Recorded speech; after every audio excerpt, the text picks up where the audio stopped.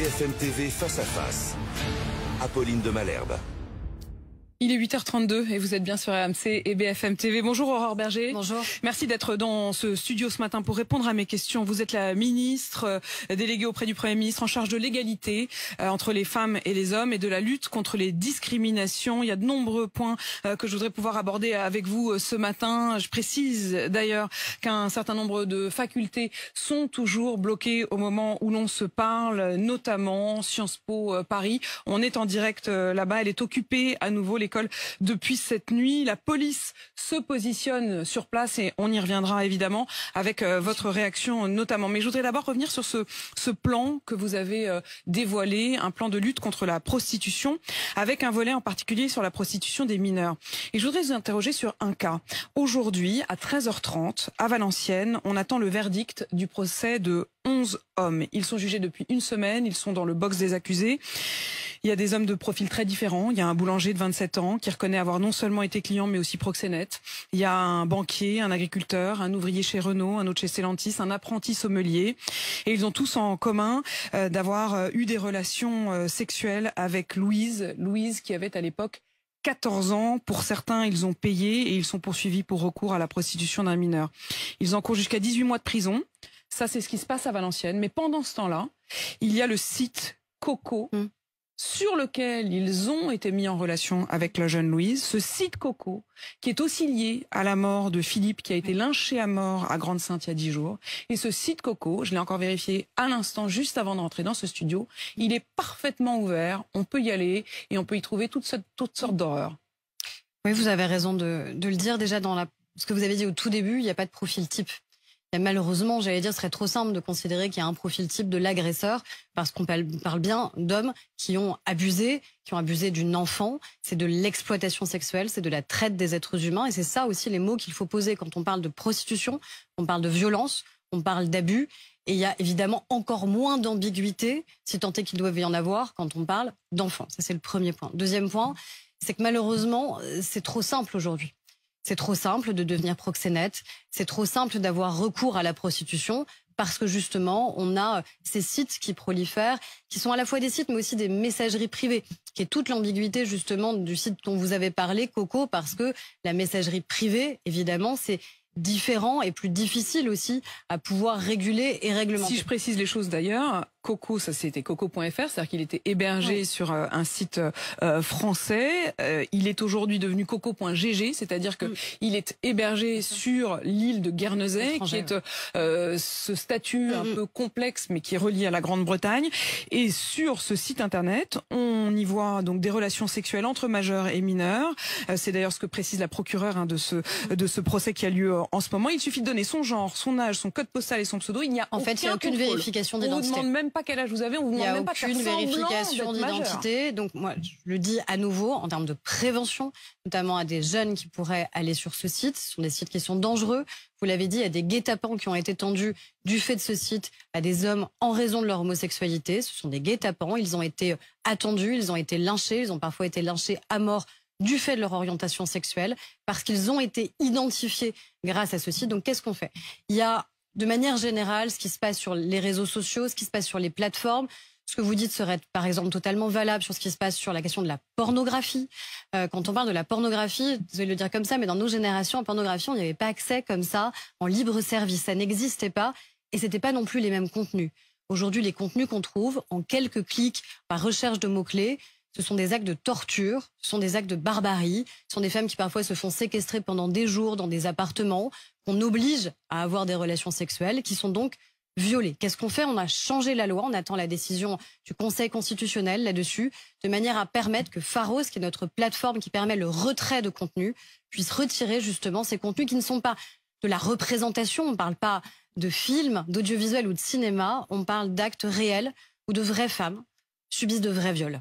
Et donc, on veut pouvoir retirer ces contenus de torture et de barbarie. Vous pourrez le faire et vous pourrez le faire en temps réel, vous pourrez le faire rapidement. Alors, on attend la décision du Conseil constitutionnel pour espérer que la loi soit définitivement validée. Sinon, on remettra le travail sur l'ouvrage. J'ai l'impression que vous avez un doute. parce que on voit bien les tentatives des uns et des autres pour justifier ici de la représentation qui serait réalisée comme si c'était un acte audiovisuel. Pourrait jouer ce jeu-là ? Je ne peux pas présupposer une décision du Conseil constitutionnel. Ce que je sais, c'est qu'on doit protéger qui ? On doit protéger d'abord nos enfants, on doit protéger les mineurs, parce que plus on les expose tôt à ces images-là, plus évidemment on va dérégler ensuite les rapports qu'ils pourraient avoir entre jeunes hommes, jeunes femmes, et à terme, les rapports sexuels aussi, et notre vie sexuelle. Donc c'est pas un sujet de morale, c'est un sujet de protection, vous me parlez de santé publique et de sécurité. Armes que vous avez contre ces représentations de pédocriminalité et les armes que vous aurez, vous l'espérez.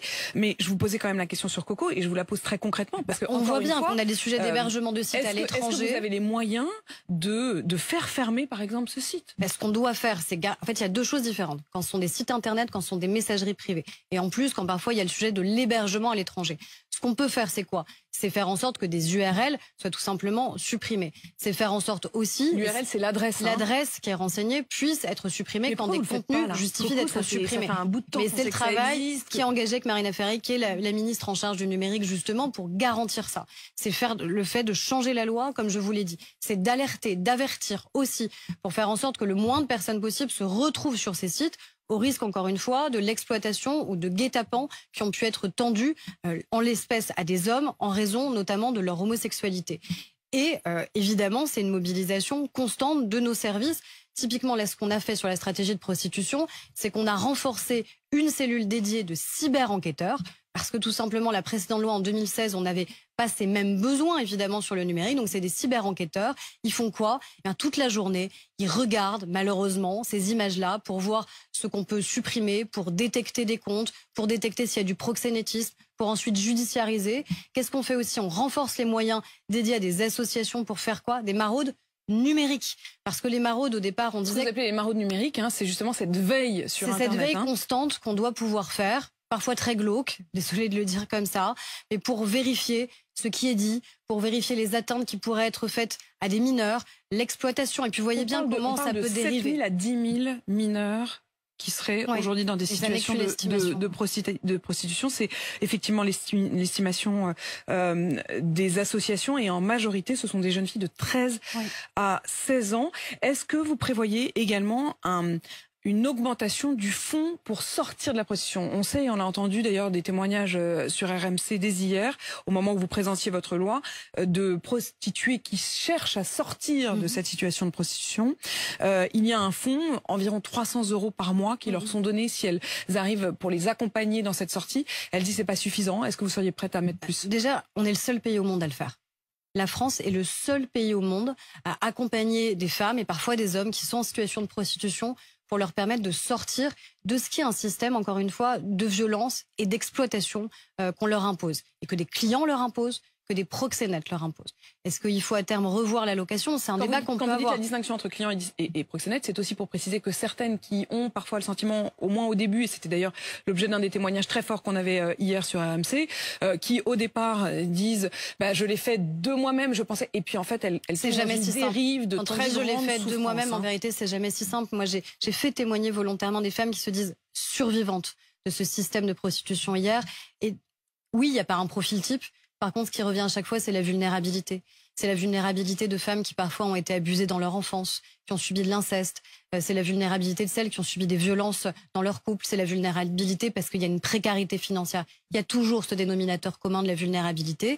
Sauf que, vous l'avez dit, aujourd'hui, c'est plus simple pour les proxénètes et pour les clients de repérer cette vulnérabilité et de l'exploiter du fait notamment du numérique. Les Jeux Olympiques cet été, vous vous dites que c'est peut-être un moment où il faut sensibiliser davantage le grand public. On a souvenir que dans certains grands rassemblements sportifs, la question de la prostitution est là. Est-ce que vous allez vous donner des moyens pour lutter contre la prostitution? Il y aura une grande campagne de communication à l'approche des JO et pendant les JO.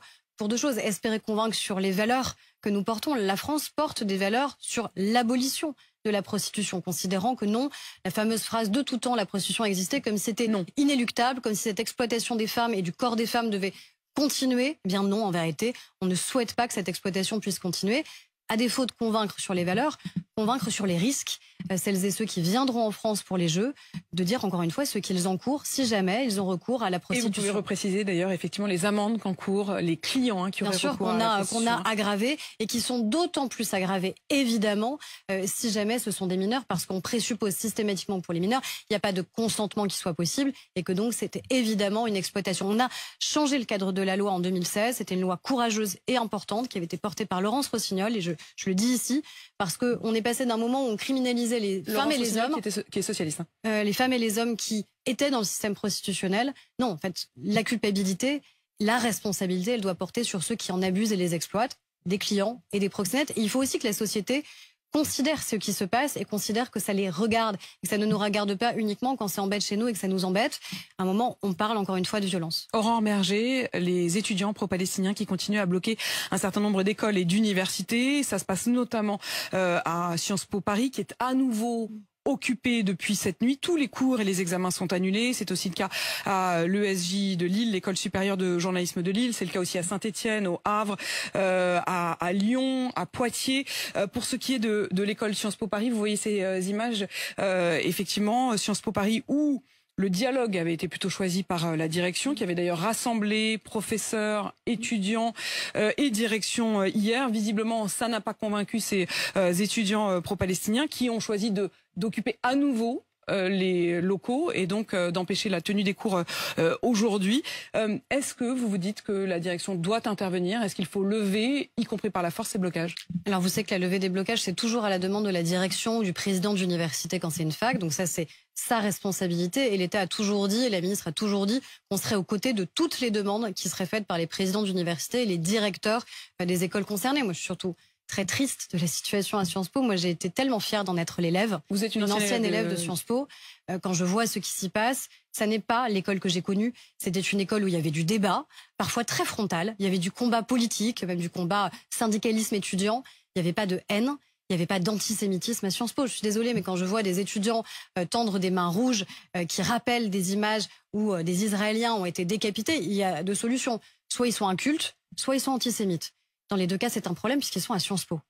Et quand j'entends des étudiants dire, écoutez, moi j'étais pas né en 2004, enfin c'est quand même ahurissant d'entendre ces phrases-là. C'est-à-dire parce qu'on est né en 2004, ça veut dire qu'on n'a plus aucune culture historique et politique de ce qui nous a précédés. Vous précisez effectivement que ces images où on a vu notamment vendredi dernier des étudiants qui occupaient Sciences Po lever les mains en l'air avec de la peinture rouge sur les mains, ça faisait référence à une photo très célèbre d'un événement tragique en effet à Ramallah en 2004, où deux Israéliens qui avaient été pris par la police et qui étaient dans le commissariat de Ramallah avaient donc été lynchés à main nue, éviscérés, démembrés à main nue. Donc, et c'est le sang donc de ces deux hommes qui étaient sur les mains de cet homme qui s'était présenté à la fenêtre de Ramallah. Quand vous dites ça aujourd'hui, Aurore Berger, est-ce que vous vous adressez aussi aux députés La France Insoumise qui se sont précipités à la fois à Sciences Po mais dans les autres facs pour apporter leur soutien à ces élèves? Mais en même temps, on est en train en vérité de tout mélanger.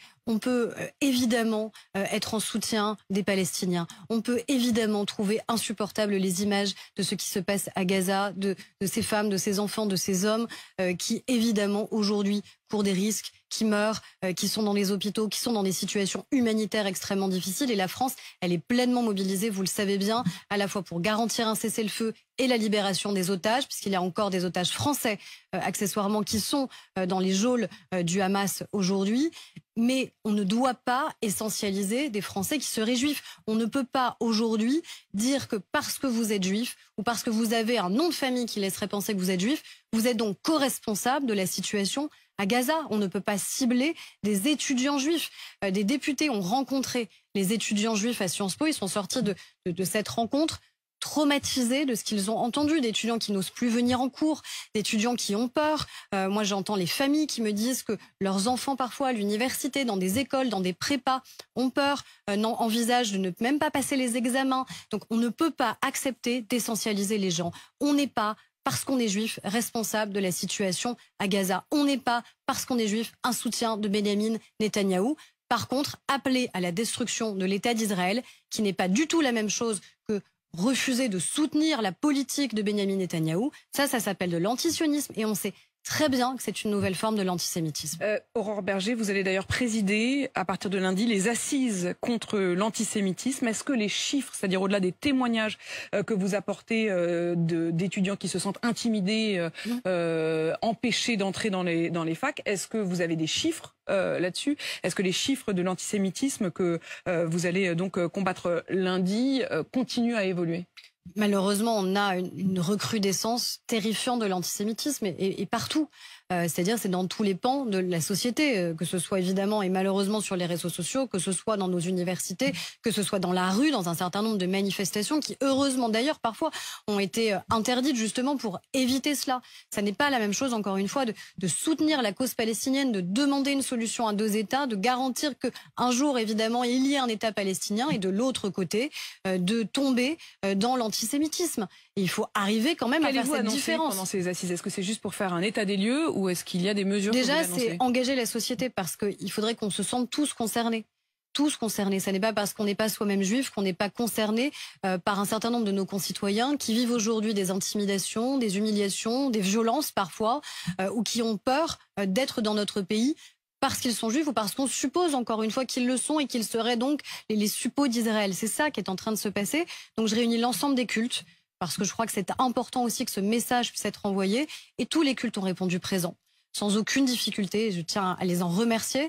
L'ensemble des associations aussi de lutte contre la haine, et pas uniquement l'antisémitisme, des associations comme la LICRA, comme SOS Racisme, comme le MRAP, qui sont engagées sur toutes les formes de haine et de discrimination, y compris liées à l'origine, parce que c'est toute la société qui doit, à un moment, se réveiller quand on voit, encore une fois, le volume, malheureusement, des actes antisémites depuis le 7 octobre. Et je reprécise effectivement, Aurore Berger, que vous êtes non seulement ministre chargée de l'égalité entre les femmes et les hommes, mais aussi en charge de la lutte contre les discriminations. Je voudrais qu'on parle aussi de la GPA, la gestation pour autrui. L'une de vos collègues, la ministre en charge des familles, demande à ce qu'il y ait un courage de rouvrir ce débat. Est-ce que vous estimez qu'aujourd'hui, il faut poser la question de l'autorisation ou non de la GPA? Déjà, il y a une position qui est très claire, celle du président de la République. Le président de la République a dit très clairement que ni aujourd'hui, ni demain, ni après-demain, lui, président de la République, nous, dans ce gouvernement et avec cette majorité, cette question ne serait ouverte. Et je crois que là-dessus aussi, on confond les choses. La question n'est pas est-ce que la GPA devrait être ouverte ici pour les couples hétérosexuels ou homosexuels. Les couples hétérosexuels et homosexuels peuvent être de formidables parents. La question, elle n'est pas de juger la parentalité en fonction de l'orientation sexuelle. Ça, c'est homophobe et c'est insupportable. Le sujet, c'est la GPA. J'ai été enceinte. La GPA, à la fin, c'est un contrat. Qu'il soit rémunéré ou non, c'est un contrat. Qu'il y ait une femme qui va porter un enfant pour autrui, à un couple, qu'il soit hétéro, homo, à une personne seule. Et tout ne se règle pas par contrat. Une grossesse ne s'anticipe pas par contrat. Je pense que toutes les femmes qui nous entendent ont toutes vécu des grossesses différentes. Parfois difficiles, parfois alitées, parfois merveilleusement faciles, parfois un postpartum 6 mois, 1 an, 2 ans après. Comment vous réglez ces cas-là ? Comment vous anticipez ces cas-là? Comment vous mettez ça dans un contrat? Et à la fin, vous recréez une pression qui est une pression sur les femmes et les femmes, uniquement les femmes, dans le cadre de la GPA, puisque évidemment c'est elles qui à la fin portent l'enfant et le mettent au monde. Donc moi je suis farouchement opposée à la GPA, pas pour un enjeu d'orientation sexuelle évidemment, mais parce que je veux protéger les femmes et que je veux les protéger d'une nouvelle pression que la société pourrait faire peser sur elles. Vous en avez parlé avec vos collègues? Je veux dire, vous en débattez, on entend Clément Beaune, qui était votre collègue encore récemment, qui lui est très largement favorable. Est-ce que vous en parlez avec eux? Est-ce que vous en débattez? Est-ce que on a des débats, comme je pense ils existent dans toutes les familles politiques, j'allais même dire dans toutes les familles. Et là-dessus, ce sont des sujets très parfois intimes et personnels. Mais au-delà du caractère personnel des positions, il y a une position claire qui est celle du président de la République et qu'il a réaffirmé très clairement dans le cadre de la dernière campagne présidentielle. La GPA ne sera pas ouverte par lui, président de la République, ni par ce gouvernement, ni par cette majorité. Aurore Berger, je voudrais vous raconter l'histoire de Lily. Lily, elle avait 10 ans il y a 2 ans quand elle a alerté, élève en CM2. Elle avait glissé un mot dans la boîte aux lettres qui était déposée dans son école par une association qui s'appelle Les Papillons, qui est une association de lutte contre la maltraitance des enfants. Dans cette petite lettre qu'elle a glissée dans la boîte aux lettres, elle a raconté ce que lui faisait son grand-père qui sera jugé en septembre pour inceste. La maman de Lily lance un appel aujourd'hui. Toutes les écoles, tous les lieux de sport devraient être équipés de ces boîtes aux lettres qui permettent aux enfants directement eux-mêmes d'alerter. Ça a sauvé ma fille, il ne faut pas l'oublier. Et s'il n'y avait pas eu cette boîte aux lettres, je ne sais pas où on en serait. Est-ce que vous demandez à généraliser ces boîtes aux lettres pour les enfants? C'est une association qui est formidable. parce qu'en fait, c'est beaucoup plus simple pour un enfant de faire un dessin, d'écrire un petit mot anonyme, qu'évidemment de pouvoir passer un coup de fil. Quand on a 8 ans, 10 ans, on ne sait pas forcément quel numéro appeler, si on va être entendu, si on n'a pas peur aussi d'appeler, alors que déposer encore une fois un courrier, une lettre, un dessin aussi d'enfant, ça permet de dire des choses. Donc c'est une association formidable. Je sais qu'ils sont en lien avec le ministère de l'Éducation nationale pour voir comment ça pourrait être fait, parce qu'il faut garantir ensuite qui lit les lettres, évidemment, comment ensuite on peut judiciariser pour le garantir, mais c'est une association formidable. Merci Aurore Bergé d'avoir répondu à mes questions ce matin. Je rappelle que vous êtes la ministre déléguée auprès du Premier ministre en charge de l'égalité entre les femmes et les hommes et de la lutte contre les discriminations.